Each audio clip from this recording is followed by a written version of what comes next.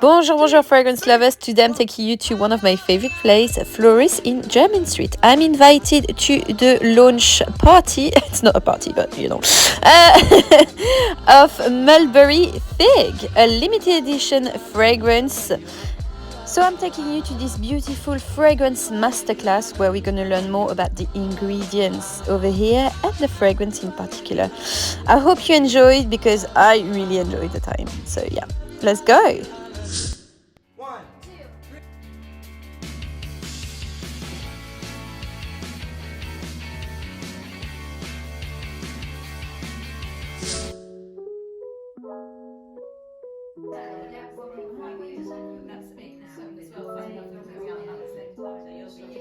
Thank you so much for coming this morning. Yeah, I'll just tell you a little bit about Floris. But we were set up in 1730 by my great grandfather. He was the resident barber of the St James's Hotel, which is on Jermyn Street.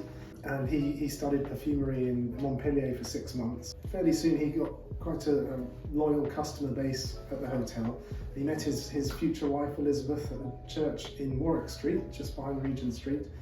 And pretty soon they were married, and with the dowry that they received from the wedding, they were able to buy the house here, which was their home. Business blossomed and it fairly soon became primarily a perfumery. 2 of their sons were trained in perfumery as well, and one son, Robert, he went sourcing ingredients across Europe, and so we still have some of his letters which are fascinating, sort of telling of his travels. And I had to sort of wait for a couple of weeks while there was an outbreak of black cholera, or the sea was too rough to sail, and you get a real sort of feel for that for the time, which is incredible. So really it's just been passed down through the generations, one generation learning from the previous generation. So I have fond memories of coming here and helping out in the school holidays when my grandfather was working here. He's up there in the photograph there. That's him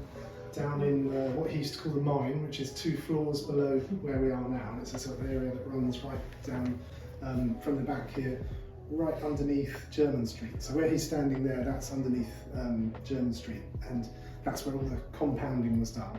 So all the fragrances used to waft up through the vents, and so on Jermyn Street you'd have this amazing smell of all the sort of combination of oils being blended together.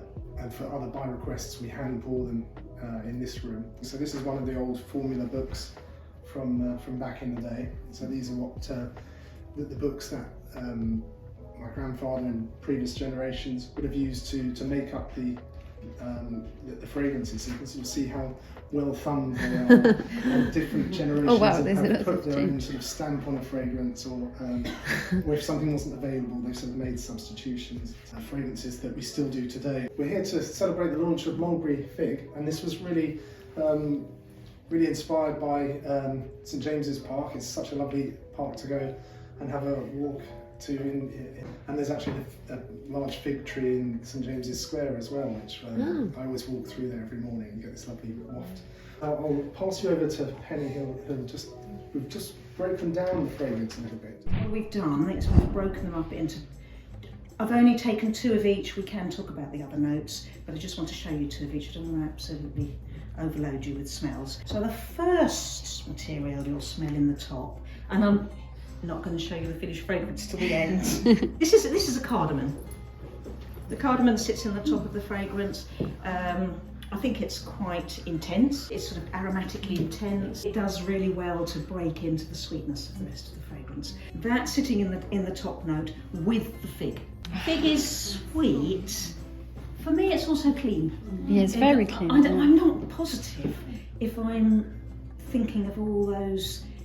I see a lot of fig candles, don't you? And you see a lot of fig diffusers, and I'm not too sure when I smell the clean whether I'm just associating, because it is to do with associations in your brain. I'm not too sure if I'm just associating with that, but for me it is clean and slightly citrusy. Yes, yeah. Sort of honeyed, coconutty smell. Actually, Julia's made accords to show you these.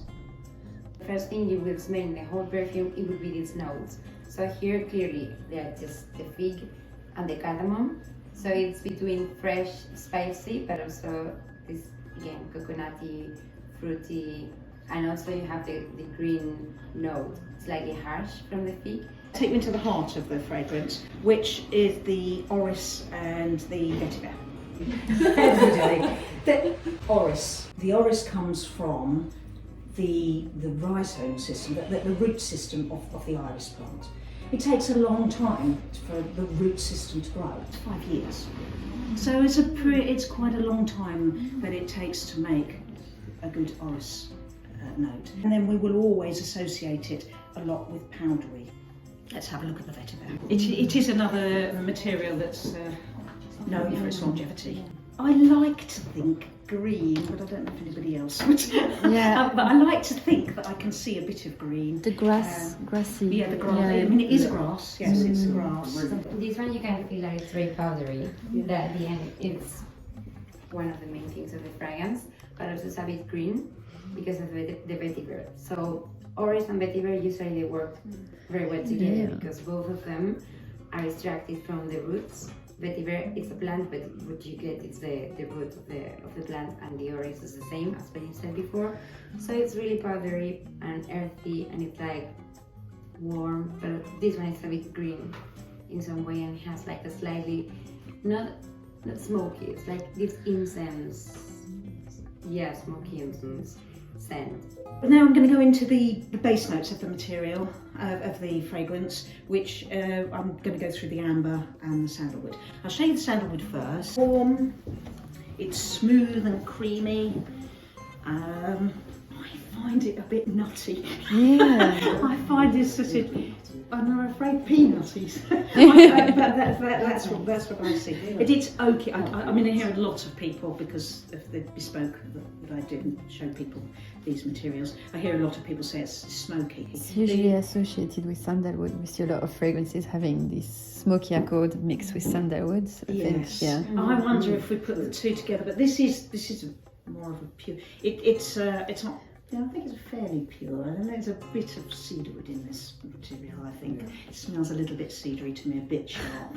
There is cedarwood in the fragrance too, so I'm allowed to. So it is quite precious, and I guess up until recent, I'm wondering what they do more recently. Do you know? Do they actually still pull up the roots? Because I don't think that's very sustainable. So I think they probably don't now. They just and that may be why sandalwood has changed somewhat. I heard now with sandalwood you have to, when you extract one tree or something like that, to use it, you have to replant another one now, because it has maybe to. They do still take the roots up. Yeah. Yeah, I heard about that in New Caledonia. They do that, otherwise there's no forest anymore. Yeah. Mm. When I was reading about it, I thought, oh, take all the roots up. And then It's a bit harsh. No, they're replanting a new one. Then to show you amber, I think it smells like an old library with a leather-bound book that's falling to pieces. A bit. Maybe these smell of amber. These books. But it's that, but it has a vanillic smell to it. It's definitely a sweet vanillic smell to it. It's also a little bit earthy, but I would say more old leather, lightly old leather. You can smell sandalwood, but also it's very warm, and it's quite balsamic because it has a lot of amber around. So it feels a bit like vanilla, and the base notes are the ones that stays longer on the skin. So when we look for long-lasting fragrances, you need to have a good balance between the top, the middle, and the base notes. So this ambery note is like a fixer we get from Mulberry Fig. I love the balance between something quite round and something quite dry with the vetiver. It's beautifully done. For me, it's like very unisex because it's not targeted for men or women. I think it's quite for both, because this we launched last week in the shop, and I was asking like, who's buying it more, like women or men? Because at the end, it's the clients who decide. And for this one, it was very equally. Yeah. 150. Yes, there's only going to be about 250 made of it. Ah, wow. No, not very many. I don't know if any of you have been involved before with our buy requests. You would have seen our buy requests before. We only ever make like 150, 200 of them, but we're deciding that really we need up that because they sell quite well. Especially for it's the good season to wear something like that. It's perfect. Yeah. I mean, if it does really well, then we sell a lot, and we don't forget we've got it. I mean, that's how you sell fragrances. Though we will keep it on the shelf, or if it doesn't sell terribly well, it'll be £250. I think Honey Oud was a bar request. It was requested. What was it? It was requested from Harrods. Ah, how surprising! It was a request, so we will take requests. It wasn't properly limited. It was limited only to Harrods for a while, wasn't it? And Cherry Blossom. Oh, really? Cherry Blossom was another one that was a buy request, specifically for Harrods for Japanese Cherry Blossom Week. And that sold really well. That's I love still it. a very big seller. It's still doing very well. Then our partners in the Middle East have an exclusive, which is Cherry Blossom Intense, which is a more intense version, which we don't sell here, but it's something that they requested for their customers out there. So it's interesting to see what works in different continents. Yeah, definitely. For the spring, summer as well. Oh, love it. Yeah. And It does. Park is just down the road, and everybody wants to have their walk down the For me, even if you said that it's kind of is to step up, like something different for Floris, it still have that very English perfumery connotation to it, which I really love. I don't know, there's something about it, like this dry, sharp, woody notes, a little bit juicy, easy to wear during the day, that has really that English personality. Like I come from France, obviously, and we don't have something like that. So for me, it's like really something that's got full of history. Even if it's like new, it does really smell this English perfumery. History. And when it was actually a guy that works on design came up with Mulberry. Yes. For me, I was so excited when it was going to. I don't care about the fig bit so much, but the mulberry, I love it because I mean that is just. I don't know that it. Yeah, it's British, isn't it? Here we go, around the mulberry bush. It's so British, and it's a bush that we don't think of. And for me, the mulberry. There was a mulberry tree in the first place I did perfumery in. We had a garden, a scented garden. It wasn't there for that. It had been there for many years, like probably 100 or more. And suddenly I looked at it, and the fruits are about this big. It's a mulberry bush. So I love it. Yeah, it's an old farmhouse thing. Do you say that this would lay well with any other fragrances that we might sell? This one with bergamot depositano, Oh. more like fresher, more Yeah. summery, Yeah. because it has bergamot and lemon, so it could go more fresh.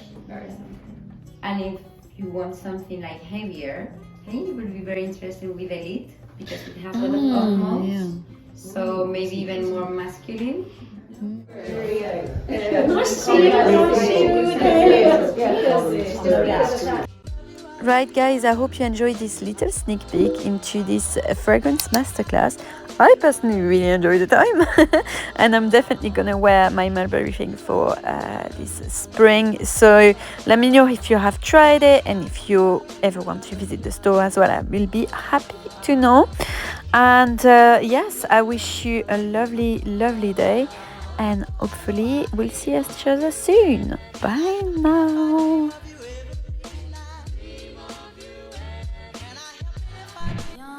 Je t'emmène dans mon paradis bleu.